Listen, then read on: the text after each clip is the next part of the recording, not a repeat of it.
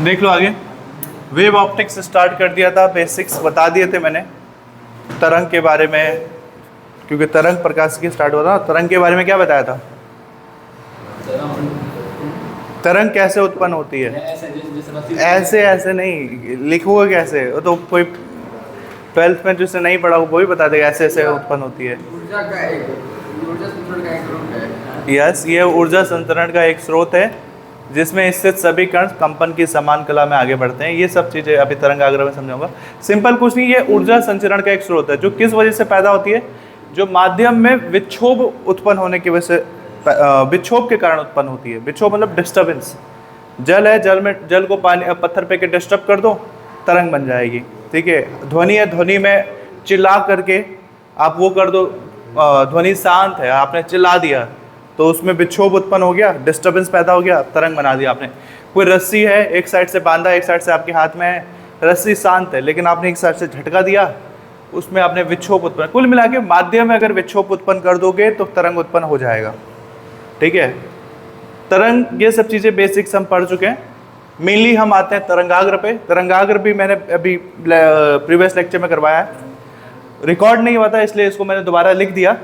तरंगाग्र का टॉपिक मुझे दोबारा रिपीट वैसे भी करना पड़ेगा क्योंकि एक बड़ा इंपॉर्टेंट नियम है इस चैप्टर का। पहला नियम, मतलब पहला टॉपिक है वेव ऑप्टिक्स का जो इंपॉर्टेंट है वह है हाइगेंस के द्वितीयक तरीकाओं का सिद्धांत। हाइगेंस एक साइंटिस्ट थे, ठीक है, ये न्यूटन के पैरेलल साइंटिस्ट है, उस समय के ज़माने के साइंटिस्ट हैं हाइगेंस। तो हाइगेंस ने एक सिद्धांत दिया था जिसे प्रिंसिपल ऑफ सेकेंडरी वेवलेट्स कहते हैं। ठीक है, इन्होंने उस सिद्धांत में 3 नियम दिए थे। ठीक है, और उस 3 नियम में से पहला नियम ही यही था, तरंगाग्र की परिभाषा। तो मुझे वैसे भी वो रिपीट करना ही था क्योंकि इनके नियम में एक पहला ही नियम तरंगाग्र है। तो क्या है तरंगाग्र, बताएगा कोई? संधि विच्छेद करो तो तरंगाग्र कैसे तोड़ोगे? तरंग प्लस अग्र, या इंग्लिश में भी देखो वेव प्लस फ्रंट, मतलब तरंग के अग्र भाग को तरंगाग्र कहते हैं। बट ये डेफिनेशन तब है जब बिल्कुल तुम्हें याद ही ना आ रहा हो मेन डेफिनेशन, ये तब है। ठीक है, मेन डेफिनेशन तरंगाग्र का क्या है? या डेफिनेशन नहीं भी पता तो कैसे समझाओगे क्या है तरंगाग्र?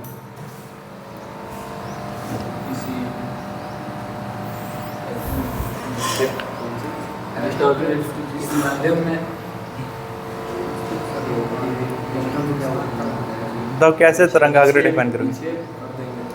विक्षेप नहीं हो तो विक्षोभ होता है, विक्षोभ। जैसे हर बार इसको समझते हैं, जैसे हम क्योंकि एक्चुअल में लाइट के बारे में पढ़ रहे हैं ना, प्रकाश के बारे में, तो हम तरंग प्रकाश की पढ़ रहे हैं।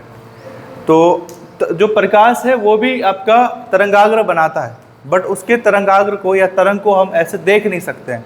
तो तरंग वाली चीज़ों को हम एग्जाम्पल से समझते हैं, तालाब वाले एग्जाम्पल से, जल वाले एग्जाम्पल से। तालाब में जब हम पत्थर फेंकते हैं, टप की आवाज़ आती है, फिर ऐसे गोल गोल गोल गोल तरंगे बनने लगती है, बड़े छोटा छोटा छोटा वगैरह बड़ा बड़ा, और जैसे जैसे बड़ा होता जाता है वैसे उसकी एनर्जी भी डाउन होती जाती है और एक टाइम पे आके तरंग बनना रुक जाता है। तो हम उसी चीज़ के एग्जाम्पल से लाइट को भी समझ सकते हैं। लाइट में भी वैसा ही होता है। अब क्योंकि उस चीज़ को हम देख सकते हैं जल में जो हो रहा है, बट प्रकाश में वो तरंगे बन रही हम उसको नहीं देख सकते हैं।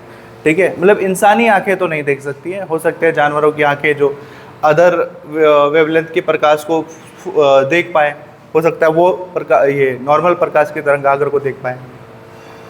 तो हर बार हम तालाब के एग्जाम्पल से समझेंगे, जो तालाब में होता है वही एक्चुअल में प्रकाश में भी होता है। तो तरंगाग्र क्या है, तरंगाग्र बनता कैसे है? एग्जाम्पल तो समझ रहे हो सब तरंगाग्र का। शांत जल में पत्थर फेंकने से जो तरंगे बनती हैं, तो होता कैसे है तरंगाग्र? तरंगाग्र माध्यम में स्थित वो कण है, जैसे आपका ये वाला हिस्सा है जहाँ पे आपने वो पत्थर फेंका, ठीक है, वो हिस्सा है। तो तरंगाग्र माध्यम में स्थित वो कण है जिसमें जो कंपन करना शुरू हो गया। जैसे ही आपने फेंका, उसको डिस्टर्ब किया माध्यम को, तो वो कंपन करना शुरू किया। और कंपन कैसे करना शुरू किया? इसने ऐसे तरीके से कंपन किया कि इसके चारों ओर जितने कण हैं, मैंने तो इसको काफ़ी डिस्टेंस पे बनाया ना, ऐसे चारों ओर ऐसे 360 डिग्री में, मैं तो सिर्फ आगे का हिस्से पे फोकस कर रहा हूँ। चारों तरफ जितने भी कण हैं वो समान समय में समान दूरियां तय कर रहे हैं। मतलब यहाँ से जो कण जाएगा वो अगर 2 सेकंड में 4 मीटर की दूरी तय करता है, तो ये कण भी 2 सेकंड में 4 मीटर की दूरी तय करेगा, एंड सो ऑन। सब यही करेंगे, 2 सेकंड में 4 मीटर की दूरी। कोई इधर भी आ रहा है तो 2 सेकंड में 4 मीटर की दूरी। इसका मतलब इसमें जितने भी कण हैं वो सब समान समय में समान दूरी तय कर रहे हैं, और इसी के लिए हम एक शॉर्टकट में एक वर्ड लिखते हैं कि ये कंपन की समान कला में आगे बढ़ रहे हैं। ठीक है, कौन सा वर्ड? कंपन। कंपन कर रहे हैं ना, तभी तो तरंग बन रही है। कंपन मतलब पता है, वाइब्रेट करना। तो कंपन की समान कला में, समान कला में आगे बढ़ रहे हैं। तो आगे बढ़ने को क्या बोल सकते हैं हम? संचरित हो रहे हैं, संचरित हो रहे हैं। क्या है इसका मतलब? इस वर्ड का मतलब क्या है? इसका मतलब ये है कि सेम समय में जितने भी यहाँ कण इसके साथ रिलेटेड है वो सेम समय में सेम डिस्टेंस फॉलो कर रहे हैं। अगर इनमें से कोई भी ना अगर थोड़ा सा आगे बढ़ जाता है अपने समय से, जैसे ये स्रोत है, ये स्रोत मतलब ये मुख्य वो हिस्सा है जिससे आपने मीडियम को डिस्टर्ब किया। जैसे पानी है, पानी में यहाँ पे आपने पत्थर फेंका, यही वो जगह है जहाँ पत्थर गिरा जाके, अब वो पानी को डिस्टर्ब करेगा। तो इसमें जितने भी कण हैं अगर सब सेम समय में सेम दूरी तय करते हैं तब हम उसको कहेंगे कि कंपन के समान कला में है। तब एकदम देखो ऐसे सर्कल बन रहा है, परफेक्ट सर्कल बन रहा है। लेकिन गलती से, हालांकि ऐसा होता नहीं है, लेकिन अगर ऐसा हो रहा होता कि कोई एक आध कण जो है वो समय से पहले ही पहुंच जा रहा है, मतलब जल्दी दूरी तय कर दे रहे हैं, तब हो सकता है यहाँ वाला कण कर रहा है तो हो सकता है वो ऐसे बनता, क्योंकि ये वाला तो जरूरत से आगे बढ़ गया ना, बाकी तो यहीं पर थे और ये जरूरत से ज़्यादा आगे बढ़ गया। बट ऐसा कभी होता हुआ देखा है आपने? फेंका हो और कोई एक ऐसे अचानक सुई से आगे बढ़ गया हो, या कभी ऐसे देखा है जो पीछे रह गया हो? जैसे आपने फेंका और वो बेचारा, बाकी सब तो पहुंच गए हैं, बाकी सब तो पहुंच गए और ये बेचारा अभी ऐसे पीछे रह गया है। ऐसे नहीं होता है ना। हमने देखा है कि वो हमेशा परफेक्ट, खुद देखना कभी फेंक करके, या फेंका ही होगा, फेंका है किसी ने शांत पानी में पत्थर, कुछ नहीं तो घर में एक टब ले लेना, पानी का वही ले लेना, बाल्टी ही ले लेना, कुछ फेंकना छोटा सा, वो परफेक्ट सर्कल बनता है, परफेक्ट सर्कल। ठीक है, इसका मतलब उसमें जितने भी कण हैं वो समान समय में समान दूरी तय कर रहे हैं, और इसी के लिए हम टेक्निकली कौन सा वर्ड वो यूज करते हैं फिजिक्स में? अब ये सब तो मैंने तालाब और पानी के एग्जाम्पल से समझाया, बट ये मैं माध्यम ले रहा हूँ प्रकाश। प्रकाश में भी सेम होता है, और वहाँ पर जो कह रहा हूँ समान समय में समान दूरी तय करता है, उसको हम कहते हैं कंपन की समान कला में आगे बढ़ते हैं। तो आगे बढ़ने के लिए और भी अच्छा वर्ड क्या हो जाता है? संचरित होते हैं या संचित हो रहे हैं। तो तरंगाग्र किसे कहते हैं? वो तो चलो बच्चों वाला डेफिनेशन है, जब नहीं समझ में आ रहा है, बिल्कुल पेपर में कुछ भी याद ही नहीं आ रहा है, तो कहते हैं ना something is better than nothing. जहाँ कुछ भी नहीं आ रहा है वहाँ कम से कम कुछ लिख करके आ जाओ। ठीक है, कुछ ना मिलने से अच्छा है कुछ मिल ही जाए, खाली हाथ रहने से अच्छा है। तब वो बच्चों वाली डेफिनेशन, तरंग के अग्रभाग को तरंगाग्र कहते हैं। तरंगाग्र 3 प्रकार के होते हैं। गोलीय तरंगाग्र जिसे कहेंगे स्फेरिकल वेव फ्रंट, बेलनाकार, बेलन को इंग्लिश में क्या बोलते हैं? सिलेंड्रिकल, समतल मतलब प्लेन तरंगाग्र। हालांकि इन सब में से हमारे लिए मेन जो है यही है, गोलीय वाला ही है। बेलन और उस पर हम ज़्यादा फोकस नहीं करते हैं, समतल वाला भी हमारा काम आता है। तो तरंगाग्र किसे कहेंगे? ऐसा पृष्ठ जिसमें स्थित सभी कण, मिटा दिया मैंने, कंपन की समान कला में आगे बढ़ते हैं। समझ गए चीज? संचरित भी होते हैं, लिख सकते हो। ऐसा पृष्ठ जिसमें स्थित सभी कण कंपन की समान कला में आगे बढ़ते हैं, उसी को तरंगाग्र कहते हैं। दूसरा जो नियम है, इसी को द्वितीयक तरंगिकाएं कहते हैं, जिस वजह से इसका नाम भी पड़ा है द्वितीयक तरंगिकाओं का सिद्धांत। तो द्वितीयक तरंगिकाएं किसे कहते हैं? पहले को तो तरंगाग्र कह दिया, पर जब एक तरंग के वजह से, जैसे वही मैं पत्थर फेंकने की बात कर रहा हूँ कि आप पत्थर फेंका, टप से आवाज आता है, बड़ा प्यारा आवाज आता है, मजा आता है सुनने में। तो यहाँ पत्थर फेंका तो ये जहाँ पर पहला पत्थर गया वो सोर्स है, वहीं से आपने डिस्टर्ब करना शुरू कर दिया उस माध्यम को। ठीक है, अगर वो जल में फेंका तो जल को डिस्टर्ब करना शुरू कर दिया, तो इसको क्या बोलोगे? सोर्स। सोर्स मतलब क्या होता है? स्रोत। प्रकाश स्रोत के लिए प्रकाश स्रोत कराएगा। ये जल में हमने फेंका तो यहाँ पे डिस्टर्बेंस का सोर्स हो गया। अब यहाँ से जो पहला वेव निकलेगा, ये जो पहला वेव निकलेगा हम इसे तरंगाग्र कहेंगे। अब इस तरंगाग्र में बहुत सारे कण हैं, वो मैंने उधर दिखाया है। उसको थोड़ा मैंने अल्ट्रा जूम कर दिया, मैंने अल्ट्रा जूम एकदम जूमिंग करके मैंने उसको एक एक पार्टिकल्स में दिखा दिया, ठीक है। तो ये स्रोत है, तो स्रोत में बहुत सारे कण है, सिर्फ आगे नहीं है, ये 360 डिग्री में है। तो हमें सिर्फ एक साइड से भी दिखा दो तो मैं समझा दूंगा, 360 डिग्री बनाने की जरूरत नहीं है। तो होता क्या है, द्वितीयक तरंगिकाओं का सिद्धांत क्या होता है कि माध्यम में स्थित प्रत्येक कण, ये जितने भी कण हैं माध्यम में स्थित प्रत्येक कण स्वयं एक स्रोत की तरह व्यवहार करते हैं, बिहेव करते हैं।